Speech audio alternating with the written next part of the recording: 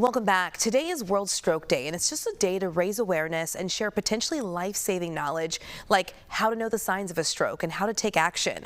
Stroke is the 5th leading cause of death and a leading cause of very serious long-term disability in the U.S. We really wanted to dig into this, bring you some resources and also some personal stories. Joining us now, Dr. Jim Siegler, Director of the Comprehensive Stroke Center at UChicago Medicine. Thanks for joining us. Thanks. And we also have William. You are, and your last name is Gill. You're Yes. a stroke survivor. I am. Thank you both for being here and joining us. Thanks for having us. William, let's start with you. Sure. You survived a stroke in 2020. Can you tell us about that experience? What happened, and what did you do after that stroke? Absolutely. In September 2020, I woke up with numbness on my right side, my arm specifically, and as I was going through my morning, it increasingly got worse.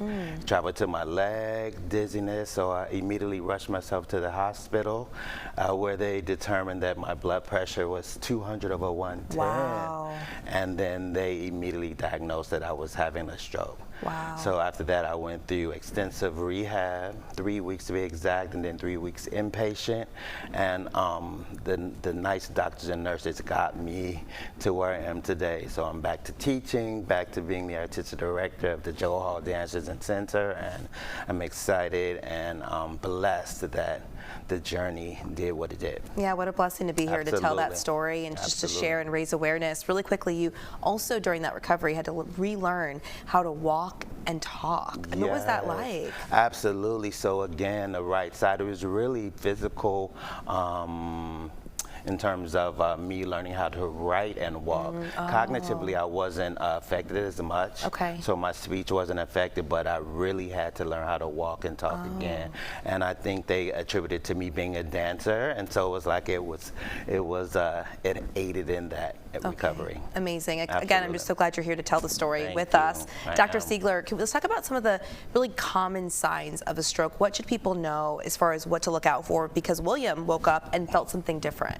Yeah, great question. So stroke is very different from heart attack and other conditions where there's an obvious chest pain, obvious distress associated with the scenario. Patients can have shortness of breath, but with stroke it could be mild numbness, it could be a facial droop, some slurring of your speech. We all get that when we feel tired, but if it comes on suddenly with facial droop, arm weakness, speech changes, trouble understanding or producing speech, any of those symptoms are signs of a stroke. And when you see a sign, how critical is timing when it comes to getting yourself help and getting yourself to the hospital? Well, what we say in the stroke world is that time is brain. So every 1 minute, the average patient with a big blockage of an artery in the brain loses 2 million neurons. It's associated with 1 week of disability for every single minute from symptom onset to until they get reperfusion therapy, acute stroke treatment. Wow. And William, one of the things that I was thinking about when you were talking about your story and what you woke up with that day, did you initially think that, oh wait, this could be a sign of a stroke, or you just knew something was off? Not at all. I knew something was off, being a dancer, a previous dancer, and I was like, and especially when it got increasingly worse, I was like, yeah, I need to get to the hospital and see what's going on. So again, initially I did not realize I was having a stroke, and thankfully I made it to the hospital in time. I know, because I'm thinking about how often something might feel different or seem different that we experience in our own bodies, and sometimes we just go, oh, we push it to the side. So Dr. Siegler, what can people do to reduce the risk of a stroke and just make sure that they are ready to act if something does happen? Yeah, well, to your point about ignoring symptoms or discounting them, this is not something that you want to sleep off or delay or ignore. If it happens suddenly and it's associated with weakness or numbness or speech changes, it's time to call 911. Early symptoms or risk factors for stroke, really, high blood pressure is the major risk factor in the U.S. for stroke. 80% or so of patients will have preceding high blood pressure. It's the silent killer.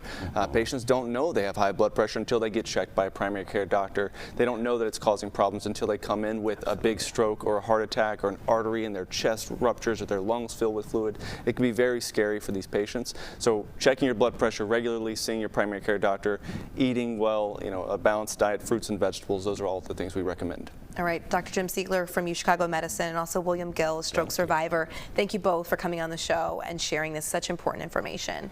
Thank you for having us.